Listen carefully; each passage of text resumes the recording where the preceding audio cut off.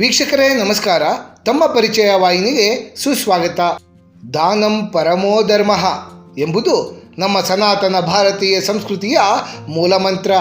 ಜಗತ್ತಿನಲ್ಲಿರುವ ಸಕಲ ಜೀವರಾಶಿಗಳಲ್ಲಿ ಮನುಷ್ಯ ಜನ್ಮ ಅತ್ಯಂತ ಶ್ರೇಷ್ಠ.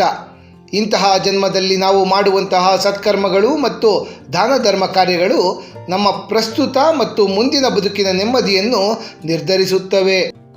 ನಮ್ಮ ಭಾರತೀಯ ಜೀವನ ಪದ್ಧತಿಯಲ್ಲಿ ಧರ್ಮ, ಅರ್ಥ, ಕಾಮ ಮತ್ತು ಮೋಕ್ಷ ಎಂಬ ಚತುರ್ವಿಧ ಪುರುಷಾರ್ಥಗಳಿಗೆ ವಿಶೇಷವಾದ ಸ್ಥಾನವಿದೆ.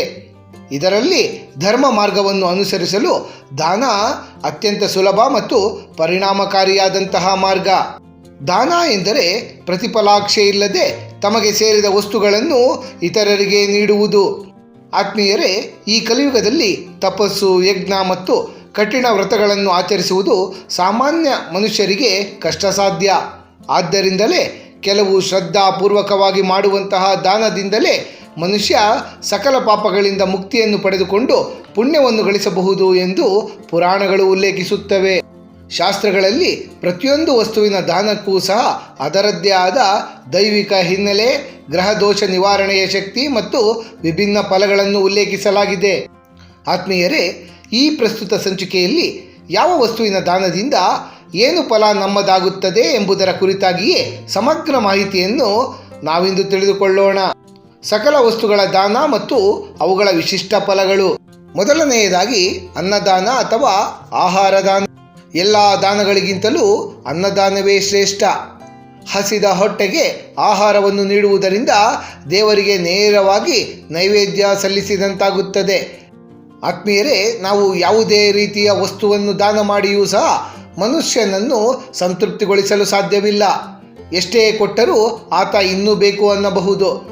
ಆದರೆ ಊಟವನ್ನು ಉಣಬಡಿಸುವಾಗ ಅಥವಾ ಆಹಾರವನ್ನು ಸೇವಿಸುವಾಗ ಮಾತ್ರ ಹೊಟ್ಟೆ ತುಂಬಿದ ನಂತರ ಮನುಷ್ಯ ಸಾಕು ಎನ್ನುತ್ತಾನೆ. ಆದ್ದರಿಂದಲೇ ಅನ್ನದಾನ ಸಂತೃಪ್ತಿಗೊಳಿಸುವಂತಹ ಒಂದು ಮಹೋತ್ತರವಾದ ದಾನ. ಈ ಅನ್ನದಾನದ ಫಲವಾಗಿಯೇ ಮನೆಯಲ್ಲಿ ಎಂದಿಗೂ ಸಹ ಧಾನ್ಯದ ಕೊರತೆ ಕಾಡುವುದಿಲ್ಲ. ಹಸುವಿನ ಶುದ್ಧ ತುಪ್ಪದಾನ. ತುಪ್ಪವನ್ನು ದಾನ ಮಾಡುವುದರಿಂದ, ಅದರಲ್ಲಿಯೂ ಸಹ ವಿಶೇಷವಾಗಿ ಶ್ರಾವಣ ಮಾಸದಲ್ಲಿ ಶಿವದೇಗುಲಗಳಲ್ಲಿ ದೀಪವನ್ನು ಉರಿಸಲು ತುಪ್ಪ ನೀಡಿದರೆ ದೀರ್ಘಕಾಲದ ಕಾಯಿಲೆಗಳೆಲ್ಲ ದೂರವಾಗಿ ಉತ್ತಮವಾದ ಆರೋಗ್ಯ ನಮ್ಮದಾಗುತ್ತದೆ. ಇದು ಜಾತಕದಲ್ಲಿ ಗುರು ಮತ್ತು ಶುಕ್ರ ಗ್ರಹಗಳನ್ನು ಬಲಪಡಿಸುತ್ತದೆ. ಜೇನುತುಪ್ಪದಾನ. ಪುತ್ರ ಪ್ರಾಪ್ತಿ ಮತ್ತು ಸಂತಾನ ಭಾಗ್ಯಕ್ಕಾಗಿ ಜೇನುತುಪ್ಪವನ್ನು ದಾನ ಮಾಡುವುದು ಬಹಳ ಶ್ರೇಷ್ಠ ಎಂದು ಪರಿಗಣನೆ ಮಾಡಲಾಗುತ್ತದೆ. ಧಾರ್ಮಿಕ ನಂಬಿಕೆಯಂತೆ ಇದನ್ನು ಕಂಚಿನ ಪಾತ್ರೆಯಲ್ಲಿ ನೀಡುವುದು ಬಹಳ ಒಳ್ಳೆಯದು. ಕ್ಷೀರದಾನ. ಕ್ಷೀರ ಅಥವಾ ಹಾಲನ್ನು ದಾನ ಮಾಡುವುದರಿಂದ ಅಥವಾ ಶಿವದೇವರ ಅಭಿಷೇಕಕ್ಕೆ ದೇಗುಲಗಳಿಗೆ ನೀಡುವುದರಿಂದ ಚಂದ್ರದೋಷ ನಿವಾರಣೆಯಾಗುತ್ತದೆ. ಮಾನಸಿಕ ಒತ್ತಡ, ದುಃಖಗಳು, ಅತಿಯಾದ ಯೋಚನೆ ಮತ್ತು ಆತಂಕಗಳೆಲ್ಲ ದೂರವಾಗಿ ಮನಸ್ಸಿಗೆ ನೆಮ್ಮದಿ ದೊರೆಯುತ್ತದೆ. ಮೊಸರು ದಾನ. ಮೊಸರು ಶುಕ್ರ ಗ್ರಹಕ್ಕೆ ಸಂಬಂಧಪಟ್ಟ ವಸ್ತುವಾಗಿದೆ. ಶುಕ್ರನು ದುರ್ಬಲನಾಗಿದ್ದರೆ ದಾಂಪತ್ಯದಲ್ಲಿ ಬಿರುಕು ಮೂಡಬಹುದು ಮತ್ತು ಆರ್ಥಿಕ ಸಂಕಷ್ಟ ಉಂಟಾಗಬಹುದು. ಮೊಸರನ್ನು ದಾನ ಮಾಡುವುದರಿಂದ ದಾಂಪತ್ಯ ಜೀವನದಲ್ಲಿನ ಕಹಿ ಪ್ರಸಂಗಗಳನ್ನೆಲ್ಲ ಅದು ದೂರ ಮಾಡಿ ಪತಿಪತ್ನಿಯರ ನಡುವೆ ಪ್ರೀತಿಯನ್ನು ವೃದ್ಧಿ ಮಾಡುತ್ತದೆ ಹಾಗೂ ವಾಹನ ಯೋಗ ಒಲಿದು ಬರುತ್ತದೆ. ಎಳ್ಳೆಣ್ಣೆ ದಾನ.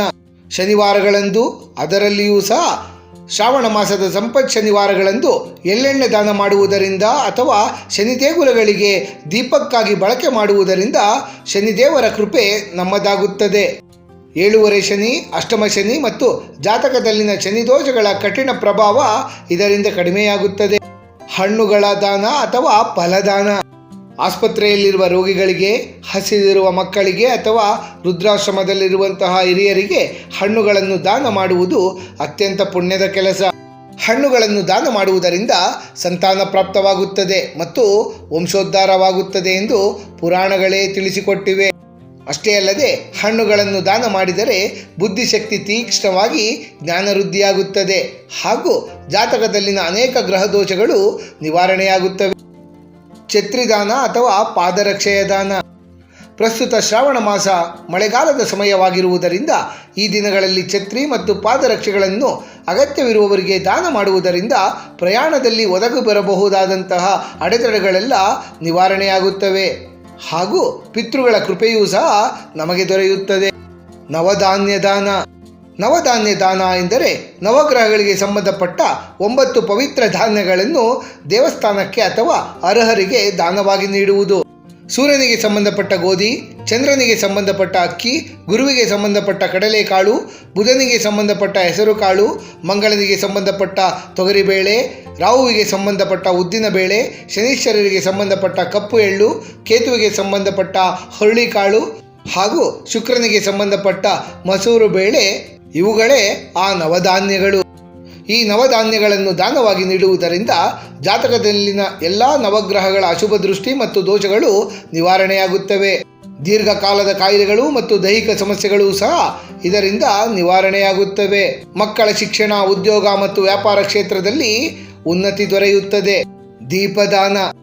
ದೀಪದಾನ ಎಂದರೆ ದೇಗುಲಗಳಲ್ಲಿ ದೀಪಗಳನ್ನು ಹಚ್ಚಿ ದಾನ ಮಾಡುವ ಪವಿತ್ರ ಧಾರ್ಮಿಕ ಆಚರಣೆ.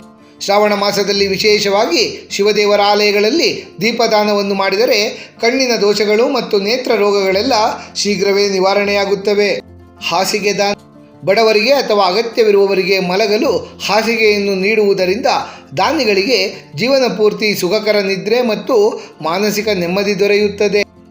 ಈ ದಾನದಿಂದ ರಾತ್ರಿ ಬರುವಂತಹ ಕೆಟ್ಟ ಸ್ವಪ್ನಗಳೆಲ್ಲ ನಿವಾರಣೆಯಾಗುತ್ತವೆ. ವಿದ್ಯಾದಾನ. ಬಡ ವಿದ್ಯಾರ್ಥಿಗಳಿಗೆ ಓದಲು ನೆರವು ಮಾಡುವುದು, ಪುಸ್ತಕ ಲೇಖನಿಗಳನ್ನು ನೀಡುವುದು ಅಥವಾ ನಮಗೆ ಗೊತ್ತಿರುವಂತಹ ಜ್ಞಾನವನ್ನು ಹಂಚುವುದು ವಿದ್ಯಾದಾನವೆನಿಸಿಕೊಳ್ಳುತ್ತದೆ. ವಿದ್ಯಾದಾನವನ್ನು ಮಾಡಿದರೆ ನಮ್ಮ ಮನೆಯ ಮಕ್ಕಳ ಮೇಲೆ ಸರಸ್ವತಿ ದೇವಿಯ ಕೃಪೆ ಯಾವಾಗಲೂ ಇರುತ್ತದೆ ಮತ್ತು ದಾನಿಯ ಇಡೀ ವಂಶವೇ ಸುಸಂಸ್ಕೃತವಾಗುತ್ತದೆ. ಬೆಲ್ಲದಾನ.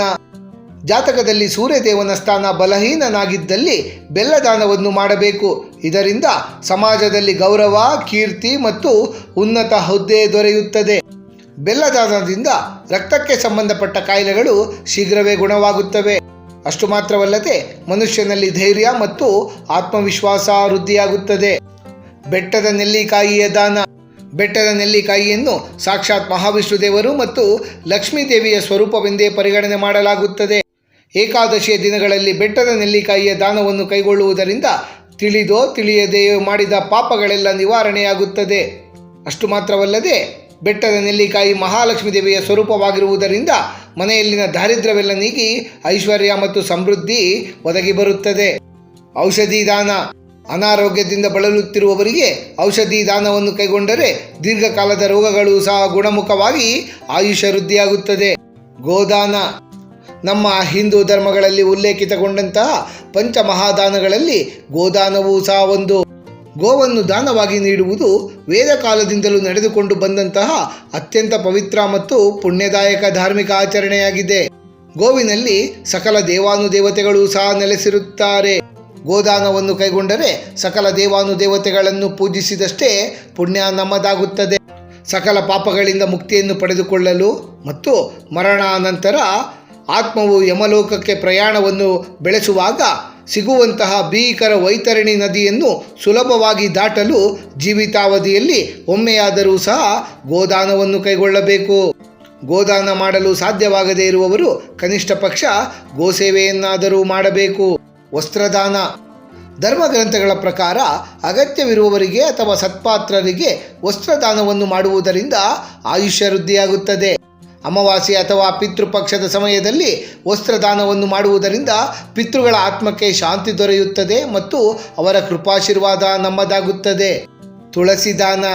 ತುಳಸಿ ದಾನವು ಮಹಾವಿಷ್ಣು ದೇವರಿಗೆ ಪ್ರಿಯವಾದಂತಹ ಸೇವೆಯಾಗಿದ್ದು ಮೋಕ್ಷ ಪ್ರಾಪ್ತಿಗೆ ಬಹಳ ಸಹಕಾರಿ. ಕಾರ್ತಿಕ ಮಾಸ ಮತ್ತು ಮಹಾವಿಷ್ಣು ದೇವರಿಗೆ ಪ್ರಿಯವಾದಂತಹ ಏಕಾದಶಿಯ ದಿನಗಳಂದು ತುಳಸಿ ದಾನವನ್ನು ಕೈಗೊಳ್ಳುವುದರಿಂದ ಮಹಾವಿಷ್ಣು ದೇವರು ಮತ್ತು ಲಕ್ಷ್ಮೀ ದೇವಿ ಇಬ್ಬರ ಸಂಪೂರ್ಣ ಕೃಪಾಶೀರ್ವಾದ ನಮ್ಮದಾಗುತ್ತದೆ. ಅಷ್ಟೇ ಅಲ್ಲದೆ ಕುಟುಂಬದಲ್ಲಿನ ಕಲಹಗಳೆಲ್ಲ ದೂರಾಗಿ ಸಮೃದ್ಧಿ ಮನೆ ಮಾಡುತ್ತದೆ. ತೆಂಗಿನಕಾಯಿ ದಾನ. ತೆಂಗಿನಕಾಯಿಯನ್ನು ಶ್ರೀಫಲ ಎಂದು ಕರೆಯಲಾಗುತ್ತದೆ. ಇದು ಮಹಾಲಕ್ಷ್ಮೀ ದೇವಿಯ ಸಂಕೇತ. ಸುಮಂಗಲಿ ಮಹಿಳೆಯರಿಗೆ ತಾಂಬೂಲದೊಂದಿಗೆ ತೆಂಗಿನಕಾಯಿಯ ದಾನವನ್ನು ಮಾಡುವುದರಿಂದ ಅಶ್ವಮೇಧ ಯಾಗ ಮಾಡಿದಷ್ಟೇ ಪುಣ್ಯಫಲ ದೊರೆಯುತ್ತದೆ ಹಾಗೂ ಮನೆಯಲ್ಲಿ ಐಶ್ವರ್ಯ ವೃದ್ಧಿಯಾಗುತ್ತದೆ. ತೆಂಗಿನಕಾಯಿ ದಾನ ಮಾಡುವುದರಿಂದ ಅಂದುಕೊಂಡ ಕೆಲಸ ಕಾರ್ಯಗಳು ಯಾವುದೇ ಅಡೆತಡೆ ಇಲ್ಲದೆ ಯಶಸ್ವಿಯಾಗುತ್ತವೆ. ಧರ್ಮಗ್ರಂಥಗಳ ಪ್ರಕಾರ ತೆಂಗಿನಕಾಯಿಯನ್ನು ಸಂತಾನ ಲಕ್ಷ್ಮಿ ಎಂದು ಕರೆಯಲಾಗುತ್ತದೆ. ಹಾಗಾಗಿಯೇ ಮಗುವಿನ ಅಪೇಕ್ಷೆ ಇರುವವರು ಇದನ್ನು ದಾನ ಮಾಡುವುದು ಬಹಳ ಒಳ್ಳೆಯದು. ಲವಣ ದಾನ ಅಥವಾ ಉಪ್ಪು ದಾನ. ಉಪ್ಪನ್ನು ದಾನವಾಗಿ ನೀಡುವುದರಿಂದ ಮರಣ ಭಯ ನಿವಾರಣೆಯಾಗುತ್ತದೆ ಹಾಗೂ ಮನೆಯಲ್ಲಿ ಇರಬಹುದಾದ ನಕಾರಾತ್ಮಕ ಶಕ್ತಿಗಳು ಸಹ ನಾಶಗೊಳ್ಳುತ್ತವೆ. ಉಪ್ಪನ್ನು ಸಮುದ್ರ ಮಂಥನದ ಸಮಯದಲ್ಲಿ ಹುಟ್ಟಿದ ಮಹಾಲಕ್ಷ್ಮೀ ದೇವಿಯ ಸಹೋದರ ಎಂದೇ ನಂಬಲಾಗುತ್ತದೆ. ಇದನ್ನು ದಾನ ಮಾಡುವುದರಿಂದ ಆರ್ಥಿಕ ಸಂಕಷ್ಟಗಳೆಲ್ಲ ದೂರವಾಗಿ ಮಹಾಲಕ್ಷ್ಮೀ ದೇವಿಯ ಅನುಗ್ರಹ ನಮ್ಮದಾಗುತ್ತದೆ. ಆತ್ಮೀಯರೇ, ನಮ್ಮ ಈ ಪ್ರಸ್ತುತ ಸಂಚಿಕೆಯಲ್ಲಿ ಯಾವ ವಸ್ತುವನ್ನು ದಾನವಾಗಿ ನೀಡುವುದರಿಂದ ಯಾವ ಶುಭ ಫಲಗಳನ್ನು ನಮ್ಮದಾಗಿಸಿಕೊಳ್ಳಬಹುದು ಎಂಬುದರ ಕುರಿತಾಗಿ ಸಮಗ್ರ ಮಾಹಿತಿಯನ್ನು ತಿಳಿದುಕೊಂಡ ನಮಗೆಲ್ಲರಿಗೂ ಆ ಭಗವಂತನ ಕೃಪಾ ಕಟಾಕ್ಷ ಸದಾಕಾಲ ಇರಲೆಂದು ಕೋರಿಕೊಳ್ಳುತ್ತಾ ಈ ದಿನದ ಸಂಚಿಕೆಯನ್ನು ಮುಗಿಸುತ್ತಲಿದ್ದೇವೆ. ವೀಕ್ಷಕರೇ, ನಿಮಗೆ ಈ ವಿಡಿಯೋ ಇಷ್ಟವಾಗಿದ್ದಲ್ಲಿ ಲೈಕ್ ಮಾಡಿ, ಶೇರ್ ಮಾಡಿ ಮತ್ತು ಸಬ್ಸ್ಕ್ರೈಬ್ ಮಾಡಿ ಹಾಗೂ ಬೆಲ್ ಬಟನ್ ಒತ್ತುವುದನ್ನು ಮರೆಯಬೇಡಿ.